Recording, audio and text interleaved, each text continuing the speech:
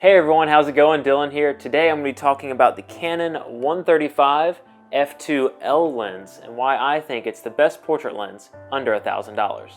So there are many different reasons why I really love this lens and want to recommend it to you, and I've used it from everything from portraits to weddings, events, commercial work, even some video stuff if it's locked down on a tripod.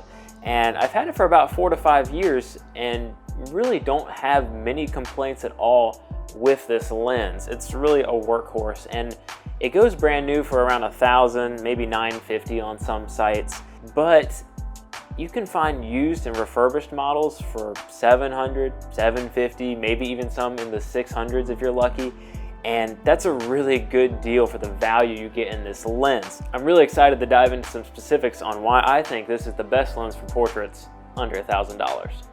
The first point I want to make to you is that this is just an excellent focal length. 135 looks so good for portraits, for weddings, events, as I mentioned before, and it's a really unique look. Not a lot of people shoot 135 prime. A lot of people shoot 85, 100, or they're rocking the 70, the 200 for portraits. The compression on this lens is amazing. Everything looks so good. If you're shooting wide open at f2, 2.8, f4, your background blurs really nicely. You get some really nice bokeh. Another great thing is the distance you have from your subject. If you're shooting something like 50 or 85, yeah, you have a little bit of space between your subject, but if you're going in for a headshot, you're really close, and sometimes if you're working with someone that isn't used to getting their portrait taken, it can make them a little uncomfortable. So if you're shooting 135, you have plenty of space in between yourself, and you're able to give direction, and they usually are a little more relaxed with their portraits. If you want to rock this guy during wedding ceremonies, you'll be very impressed by the results. And again, the distance you have is really nice because you can stand behind the crowd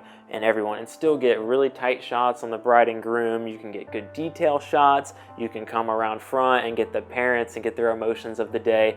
It's one of my favorite lenses to use on weddings, especially once I get that individual portrait time with the bride and groom. It's awesome.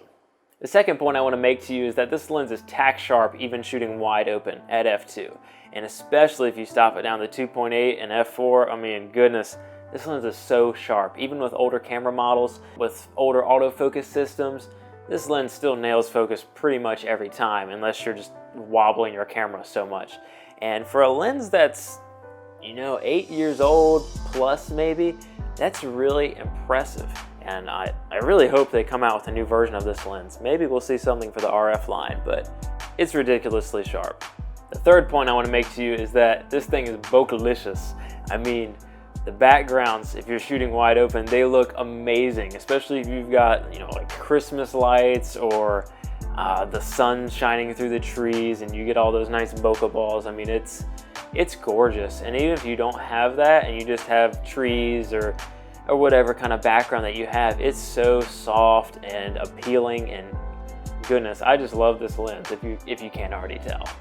My next point is that the colors that this lens produces are phenomenal. Everything looks lifelike, like real world. I mean, I don't know how else to say it. The colors just pop. Everything looks so good coming from this lens, especially if you shoot raw and you go and bring those images in and you start editing on Lightroom or Photoshop. Everything just looks great coming out of this lens. Another point is that you have a very close minimum focus distance, and that's really important. You can go down to what they say is 0.9 meters. I just say a meter basically, so that's around like 3 feet. And this is really good when you're shooting headshots because you can get in tight, but not too tight. Again, you're still maintaining a nice distance between yourself and the subject, and with it being so sharp, you can nail the eyes and your portrait will pop. And having that function so you don't have to stand even further back and crop in or use a 70 to 200 and punch in, it's really useful. And I highly recommend switching to that mode if you're doing headshots with this lens. My next point is that this lens has really fast focus speed. I mean, if you half press that shutter, this lens is on it quick. You'll be really impressed with how fast this lens focuses. Even with older cameras, if you're shooting on the 6D or a 5D Mark II, maybe the Mark III, you'll be thoroughly impressed at how fast this lens responds to you half pressing that shutter. It focuses so fast, and that comes in handy a lot when you're shooting weddings, events, live moments that you can't really redo. Having that to capture special moments is amazing. Next off, I want to talk about the weight of this lens. Now, of course, this is L glass, so it's got lots of glass in it. It's got a little bit of weight to it, but it's not a lot. Now, I don't know the specific weight of it. You know, I don't want to get too technical. You're not going to be thinking that this thing weighs however many grams in your bag when you're out shooting portraits. But compared to a 70 to 200, this thing is much lighter. And if I had to choose between the two for portraits, I mean, obviously I'm recommending this lens, but having a lighter lens in your bag and also on your camera for shooting a long duration of time really makes a difference. So it's really nice to have a lightweight lens like this that still gives you amazing results. Next up, let's talk about the hood. Now, this is the hood for the lens right here. I really like this hood because it's nice and sturdy. It's completely round. Inside, it's got this little like felt type material, so it catches a lot of the dust and different things that could float and try to attach to your lens. But attached to it, it's like rock solid. I mean, it's got a little bit of wobble now because I've shot with it for 5 years, which is expected with that much use of a lens. But this thing really helps when shooting outdoors and trying to cut out some of the sun rays and also to collect some of that dust. It's a really nice hood. It's one of those little things that, you know, it's not the internal glass of the lens, but these little things matter. And especially when you're gonna spend $800 to $1,000 on a lens, you want to get good quality out of every piece of it. And having a good hood matters. Let's talk about the age of this lens a little bit. So as I said before, this lens came out in 2010, 11, somewhere in there. So it's getting old, but it's hardly aging. And what I mean by that is that it still gives you incredible results. It's got fast focus, great colors.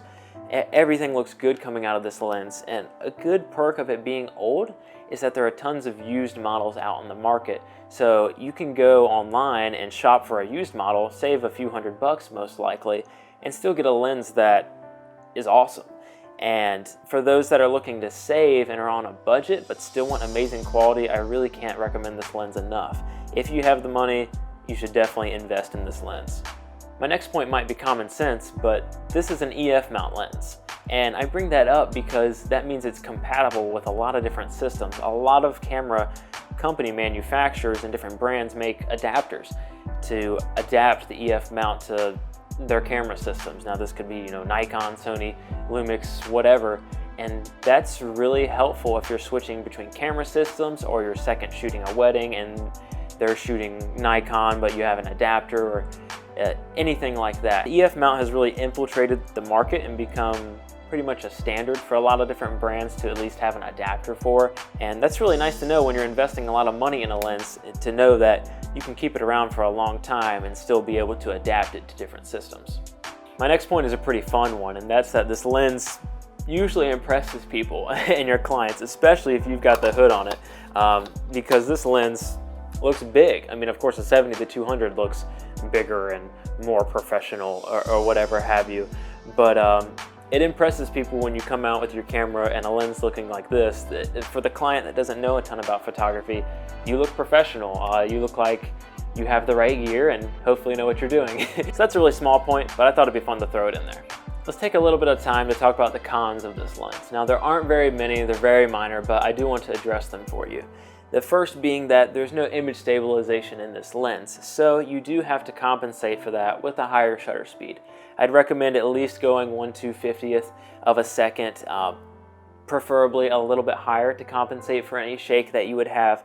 So there is that aspect of the lens, but honestly, for a prime of this focal length, you're not really going to suspect that anyway. You can get a 70 to 200 if you want that feature, but again, you're going to be paying more money for that. Next, there's no weather sealing on this lens. If I pop the cap off, it's just straight metal and the connection elements right here.